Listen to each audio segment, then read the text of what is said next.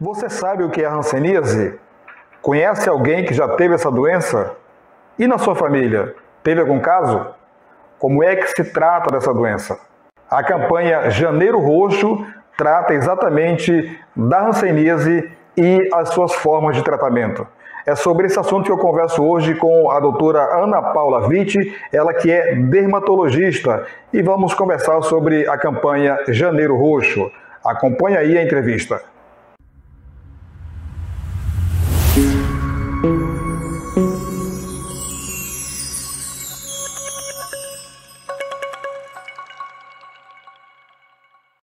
E o programa Pauta do Dia recebe hoje a dermatologista, a doutora Ana Paula Vitti. Bom dia, doutora. Seja muito bem-vinda ao nosso programa Pauta do Dia. Bom dia, Ismar. Feliz ano novo. Um abraço a todos. Que comecemos esse ano com muita saúde e paz de espírito, que é o mais importante. Amém. Para a senhora também. Doutora, eu queria começar conversando com a senhora sobre o Janeiro Roxo, né? Esse mês de janeiro tem aí duas campanhas super importantes, que uma é o Janeiro Branco, que trata sobre a questão da saúde mental, e o Janeiro Roxo, que é a prevenção e cuidados com a hanseníase. Queria que a senhora falasse um pouco sobre essa campanha. Bom, bem lembrado pela Sociedade Brasileira de Dermatologia, o Janeiro Roxo é um tema de saúde pública muito importante para todos nós, principalmente no nosso estado, que temos muitos casos ainda relatados. A parte de epidemiologia não nos mente, aí estão os dados para quem queira conferir, para entrando pela internet, né? E nós temos casos em todas as classes sociais. Todo mundo sabe que a hanseníase é a popular lepra, a doença mais antiga da humanidade, é uma doença bíblica que está sendo relatada várias vezes na Bíblia. É a primeira infecção bacteriana relatada no mundo, né? É uma micobactéria que tem vários tipos de manifestações clínicas. Ela pode ser muito suave, ela pode ser muito severa, que dá aquelas deformações no rosto. Por isso que as pessoas leprosas eram enviadas para os leprosários, onde perde nariz, perde boca, fica com a orelha grande e tal, que é a forma virchoviana. E, felizmente, o nosso SUS tem um protocolo muito curativo, 100%, com o uso de vários medicamentos, como sulfa, rifampicina, etc., dependendo do nível e da classificação da doença. E o mais importante realmente é a prevenção quanto à contaminação. Como se pega a hanseníase? Contato íntimo e contínuo. Não é só eu e você conversar, se eu tivesse hanseníase, você vai pegar. Não. São dias e dias, meses e meses de convívio contínuo nessa mesma casa, onde se come na mesma cozinha, onde se dorme na mesma cama, onde se usa o mesmo banheiro. É aí que se pega a hanseníase. Então, a prevenção é realmente se algum integrante da casa ou do bairro ou da comunidade apresenta isso, se você tem contato com essa pessoa, tem que se fazer o exame preventivo, que é colher a linfa da orelhinha, que é um cortezinho pequenininho, ou na orelha ou no cotovelo, e aí se encontra o bacilo e se começa a fazer a prevenção da doença. É essa maneira que se previne e se evita que a hanseníase se alastre na sua região, na sua comunidade. Doutora, de onde é que vem essa doença? Como é que a gente pega ela? Ela surge por acaso? Tem a ver com os familiares? Como que é que pega essa doença? Exato. Como ela é uma micobactéria, né? É uma bactéria que de alta contaminação e infecção, vamos chamar assim. Então, você tem que ter um contato com a pessoa assim mesmo, como se fosse uma gripe, mas tem que ser contínuo. Tem que comer no mesmo prato, nos mesmos talheres, beber nos mesmos copos, usar o mesmo vaso sanitário, ter relação sexual com a pessoa que apresenta isso. Ou é um contato, não é de uma só vez, Miriam, tem que ter vários contatos para poder. E, além do mais, também tem a parte da imunidade, como todo mundo sabe, que é muito importante você ter sua imunidade alta, ter seu sono ao dia, suas vitaminas ao dia, comer bem. Tudo isso faz parte para a gente distanciar essas infecções, até mesmo a AIDS, o SIDA. Nós temos vários casos de pacientes que têm contato sexual com o paciente portador do vírus HIV e não se contamina. Por quê? Porque ele tem uma defesa, ele tem uma imunidade muito importante. Mas temos todos que nos prevenir, no caso da SIDA, usando o preservativo, obviamente, e no caso da hanseníase, tratando de diagnosticar casos nos integrantes da família. Geralmente é uma doença que se pega no seio familiar. Pai, mãe, filhos, sobrinhos, tios. É aí todo mundo na mesma casa. É assim que se pega a hanseníase. Ou seja, ela não é um bacilo que está no ar, suspenso no ar, e a pessoa vai passando na rua e de repente pega, ou que está ali numa maçaneta de porta, enfim, é uma coisa que passa, como a senhora falou, de parente, de pessoas íntimas no caso, né? Exato. E também zonas endêmicas. Sabe que a hanseníase foi erradicada por muitos e muitos anos com todos esses tratamentos e agora está tendo um repunte na humanidade, assim como a tuberculose. Nos Estados Unidos temos vários casos de hanseníase, na Europa, na Ásia, mas existem algumas, pela OMS, a Organização Mundial de Saúde, tem algumas zonas endêmicas que já estão taxadas. E, lamentavelmente, o norte aqui nosso é uma zona endêmica, talvez pela umidade que a gente tem no ar, pela floresta amazônica que está logo aí, pela qualidade de vida que nós temos dos nossos cidadãos na cidade, porque sabemos que o Brasil temos 47% de pessoas das casas não tem saneamento e água e esgoto. E já aí é um ponto positivo para ser uma zona endêmica. Então, para nós erradicarmos essas doenças, temos que ter um meio de saneamento básico realmente bom, efetivo, que afaste a possibilidade, por exemplo, das pessoas se contaminarem como a hepatite com restos de fezes nos talheres ou nos pratos e nos copos lavados, entende? Aham. Doutora, eu sou um caso que eu posso dar aqui a minha opinião a respeito, porque eu tive hanseníase há uns anos atrás e eu segui o tratamento que foi me passado. Eu passei, eu acho que uns 2 anos tomando a medicação e depois disso, depois que eu recebi a alta, né, de que estava curado e tudo mais, eu ainda fiquei tomando um remédio ainda por vários anos chamado talidomida, né, porque continuava saindo umas erupções, né, da pele, e esse remédio, e se não tomasse, dava febre, enfim, eu ficava realmente muito ruim. E é um depoimento que eu estou dando aqui para dizer para as pessoas que realmente tem cura. Se você tomar as precauções necessárias, se você seguir realmente a medicação que o médico passa, realmente a pessoa consegue se curar dessa doença, não é isso, doutora? Exatamente. É uma doença que se dá em qualquer classe social, como você viu. Eu já tratei mises com hanseníase, já tratei empresários, já tratei também pessoas de classe mais desfavorecida, que não tem tanto saneamento básico e tudo, mas é uma doença que ela se alastra em áreas endêmicas.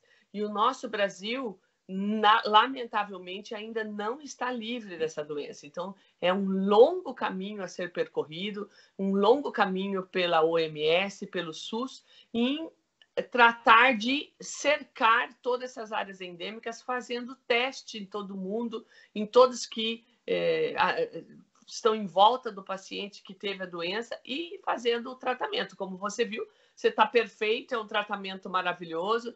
Alguns, por sua condição básica de saúde, talvez tenha que tomar um tempinho mais longo, como foi no seu caso a talidomida, que é um grande anti-inflamatório, e pronto. E aí está resolvida a situação, mas tem que ser feito, porque se não é feito, você fica doente e também contamina as pessoas que estão ao seu redor. Com certeza. Quais são os principais sintomas, doutora? Quando é que eu devo procurar o médico? Olha, existem vários tipos de sintomatologia, depende muito do tipo da hanseníase, né? Ela pode ter umas manchas apenas brancas ou escurecidas ou avermelhadas, e geralmente o paciente começa com febre, com um mal-estar, com uma certa astenia, uma falta de apetite, como se ele tivesse doentinho mesmo, de uma gripe ou de uma virose, qualquer coisa assim. Então, isso é um quadro que não melhora com o uso de antitérmicos ou anti-inflamatórios e analgésicos.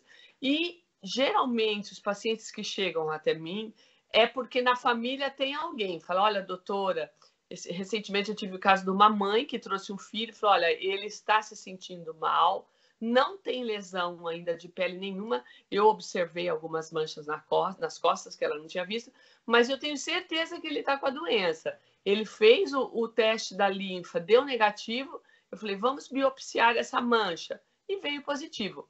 Então, a maneira da doença se manifestar é multifacética. Pode ter manchas, pode ter verrugas, pode ter edemas, inchaço de orelha,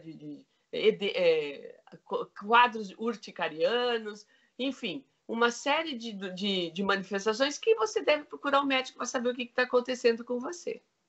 E é importante também ressaltar que se não for tratado, ela pode levar à morte, sim, não é isso, doutora? Porque as complicações são bastante sérias. Exatamente. Ela pode, além de pegar o sistema tegumentar, ela começa a entrar em outros órgãos e ter consequências gravíssimas, né? Anti-inflamatórias que podem levar ao óbito com problemas embólicos e etc. Né? Então, é uma doença que tem que ser tratada o mais rápido possível, assim que diagnosticada. E o único chatinho dela é isso, é diagnosticar, ou seja, estar atento e fazer o tratamento que é longo. Porque como ela é uma micobactéria, tudo que é micobactéria demora muito para morrer dentro da gente. Então, a gente tem que combatê-la bem longo tempo de tratamento. Esse é o sucesso do tratamento da hanseníase. Tomar direitinho o medicamento, que é uma das coisas que a gente briga, né, nos órgãos públicos, é a aderência ao tratamento. Por isso que a gente persegue o paciente portador de hanseníase. A gente tem viaturas, visita as casas onde eles vivem, fazem testes em toda a família para ver se alguém está com essa doença assintomática. Então, nós médicos ou da área da saúde, os epidemiológicos, eles perseguem o paciente até dar alta. Como é que é a alta? Faz o teste de novo da linfa e vem negativo. E a clínica em toda doença da medicina é preponderante. Pode ser que tenham exames falsos negativos, mas o paciente ainda continue apresentando sintomatologia, sinais como aconteceu com você. Tinha uma febrezinha, saiu uma... Então, vamos seguir o tratamento um tempo mais. Tá certo. Doutora, me diga uma coisa, depois que a pessoa recebe a alta, depois que recebe o diagnóstico de que foi curada, ela ainda tem, ela pode voltar a pegar a mesma doença? É muito difícil, só se ela se contaminar novamente com outra pessoa. Mas ela tem que ter os seus controles, né, com o seu clínico geral, ou o seu dermatologista, ou o seu infectologista, ou antigamente quem tratava de hanseníase. Aliás, a profissão de dermatologia começou com os hanseniólogos, porque a dermatologia é uma especialidade jovem, de 1900 agora, 1900 e pouco, surgiu na França. Então, eles tratavam hanseníase e sífilis. E os primeiros dermatologistas foram os hanseniólogos, que era uma doença muito comum naquela época. Ok, vamos mudar um pouquinho de assunto agora. Estou falando como dermatologista. Vamos falar agora sobre câncer de pele. O que nós que moramos aqui no norte, aqui em Roraima, a gente fala que a gente tem um sol para cada um, né? Porque realmente é muito quente. Eu acho que Boa Vista deve estar ali na mesma proporção de Cuiabá, Teresina, enfim. E o sol passa bem aqui em cima, né, doutor? Então, que tipo de cuidados nós devemos ter para evitar o câncer de pele? Bom, esse foi o tema, né, do Dezembro Laranja, que nós Isso. celebramos também pela Sociedade Brasileira de Dermatologia. Lembrando que eu sou da Sociedade Brasileira, do CILAD, da Sociedade Venezuelana de Dermatologia. Ainda no Brasil, eu não estou totalmente oficial, é bom você deixar claro isso, mas a gente trata toda a minha vida tratando doenças de pele, couro cabeludo e unhas, e o câncer de pele é a primeira problemática de saúde do nosso estado, segundo o Instituto Nacional de Câncer, o INCAS, é o primeiro, e o primeiro causa de câncer no Brasil é o de pele. E lembrando que existem 2 tipos de câncer de pele malignos, que é o melanoma e o não melanoma. O melanoma é aquele que vem de pintinhas pretas ou lesões que aparecem do nada, que começam a sangrar e crescer. Ele tem um alto nível de infiltração ou de metástase, vamos chamar assim. Antigamente, o câncer de pele melanoma matava em 4 anos. Hoje, a sobrevida é de 10 a 15 anos. A não ser que você consiga o melanoma in situ, que ele não tenha ainda se alastrado através da metástase, você consegue se curar, se não, é muito difícil. Os tratamentos hoje em dia são muito bons, com as cirurgias e a retirada dos gânglios sentinela, que nós chamamos, que são os gânglios de guarda, e o câncer de pele realmente é uma problemática muito importante. Todos nós que tratamos pele aqui no estado é a causa número 1 dos nossos atendimentos em consultórios. Tanto eu que estou no Hospital Coronel Mota e na clínica privada, como os outros colegas, a gente recebe muitos casos diariamente, tanto de melanoma como não melanoma. O não melanoma, felizmente, é o mais comum, que é o carcinoma basocelular e o espinocelular, que é aquelas lesõezinhas mais rosadinhas, que nunca sara, que fica parecendo uma pérola, eu chamo, que ela é meio translúcida. E aí é retirar, pronto, está livre do tratamento do problema, mas o melanoma já é mais complicado. Ou seja, qualquer mancha na pele que você sinta alguma diferença, que não, uma feridinha que não sara, já tem que procurar o tratamento médico, não é isso, doutora? Porque a gente às vezes fica insistindo, passando um creminho aqui, um creminho colar, e aí isso não funciona. Então é melhor ter o diagnóstico, a gente tem tantos bons profissionais em todas as entidades públicas e privadas, então é bom logo já verificar e tirar a coisa do comecinho, né, William, do que ficar levando isso para frente. O sol é o nosso grande problema, nós vivemos sobre a linha do Equador, então realmente é proibitivo entre as 10 da manhã e as 15 da tarde a exposição solar. Nós já conversamos várias entrevistas e vários projetos, apresentamos tanto na prefeitura quanto no governo, que o horário trabalhístico aqui deveria ser realmente poupado na hora de sol e incidência que leve o câncer de pele. Os horários noturnos, principalmente para os obreiros, os funcionários que trabalham à luz solar diretamente, como os de guarda, os jardineiros, etc. Então, e o uso do filtro de proteção solar fazendo parte da rotina básica do trabalhador roraimense.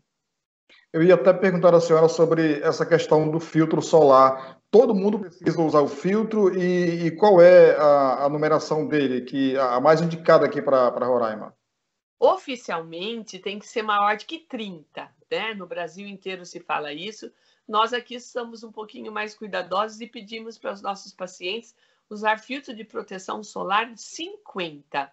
Vocês vão ver na farmácia 8, que é para bronzear, 15 e 30. E 50 e 50 com um sinalzinho de mais, que é o 50 plus, que é tudo igual aos 50, 60, 70, 80, 90, 100.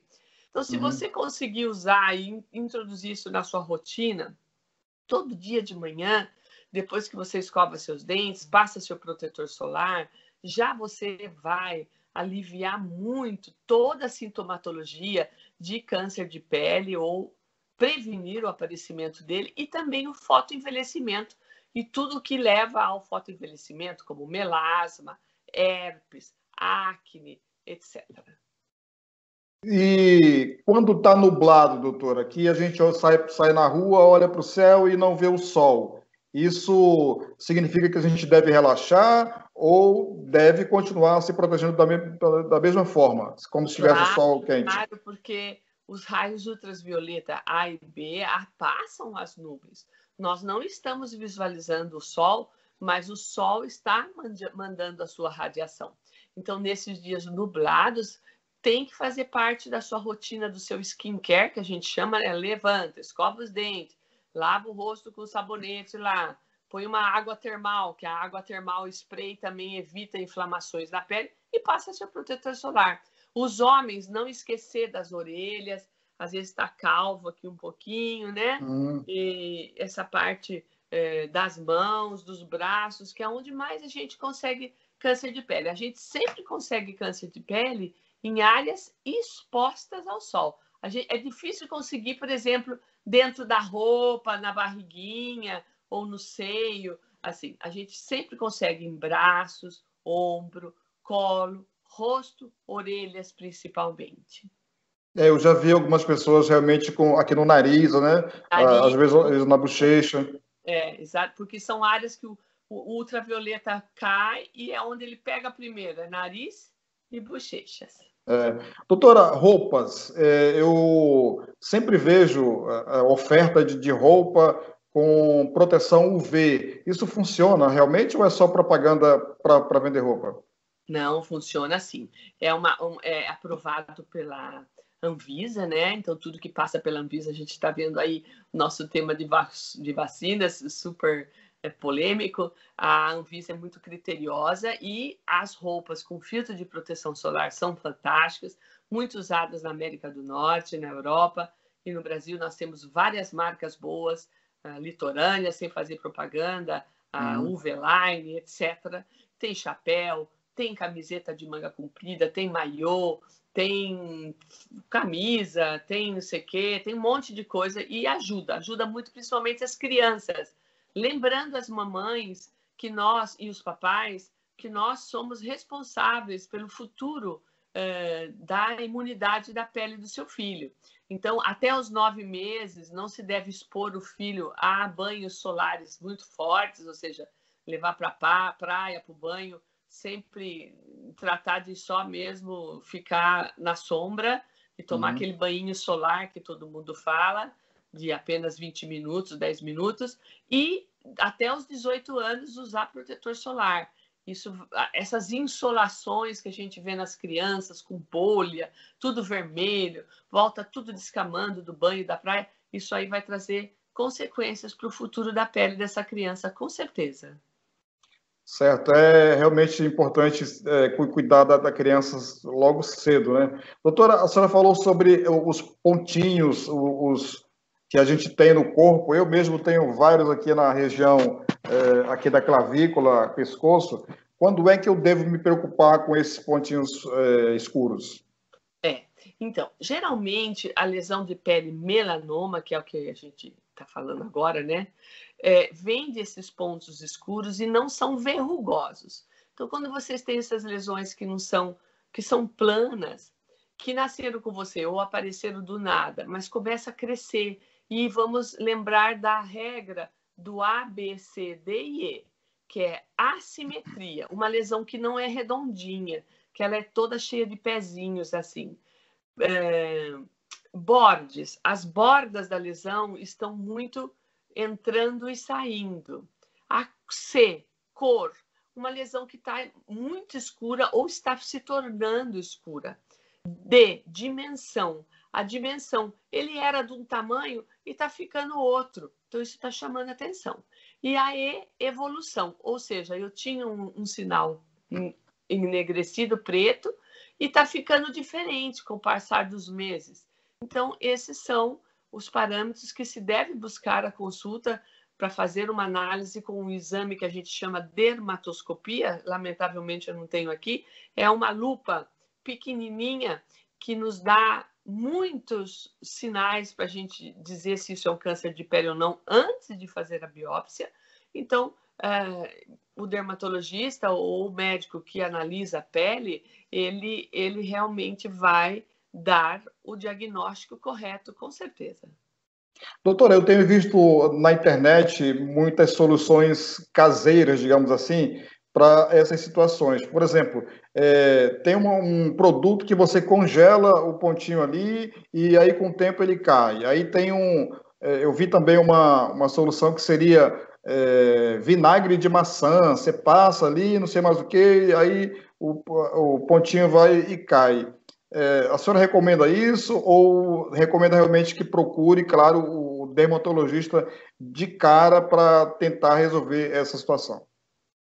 Bom, eu gosto sempre de ir ao médico. Eu prefiro, antes de tomar uma conduta para minha família, eu procuro o médico. Mesmo eu sendo médica, eu levo para ter a opinião. Sabe que a indústria farmacêutica faz de tudo para vender, né, William? Então, a gente vai encontrar qualquer quantidade de produtos, até acho que para tirar câncer deve ter, na farmácia. Então, mas na cura para realidade, AIDS, né? esse spray é para tirar verruguinhas, tá? E ele deveria ser indicado pelo médico, não o paciente comprar. Então, eu acho que sim, vale a pena quando você tem dúvida, está vendo que tem alguma coisa estranha sobre a sua pele, buscar o médico, fazer um exame dermatoscópico, e ele vai te dar a conduta terapêutica mais adequada. Tá certo. Doutora Ana Paula Vitti, dermatologista, muito obrigado pela sua entrevista e fique à vontade para retornar ao programa Pauta do Dia, sempre que tiver novidades. Muito obrigada pelo convite. Lembre-se, cuidem-se um dos outros, nós somos responsáveis pelas pessoas que nós amamos, na nossa família, nos nossos amigos, e conversem sobre saúde, veja se está tudo bem. Agora no Janeiro Branco, ver se a nossa mente está legal para começar esse ano difícil que foi realmente um ano de peneirar as pessoas que têm mais equilíbrio emocional e levar adiante a vida. Um beijo para você, tá, William? Para todos, um feliz ano novo e estamos às ordens sempre aqui que você quiser. Beijo para a senhora, até mais. Até a próxima. Tchau, querido. Até mais.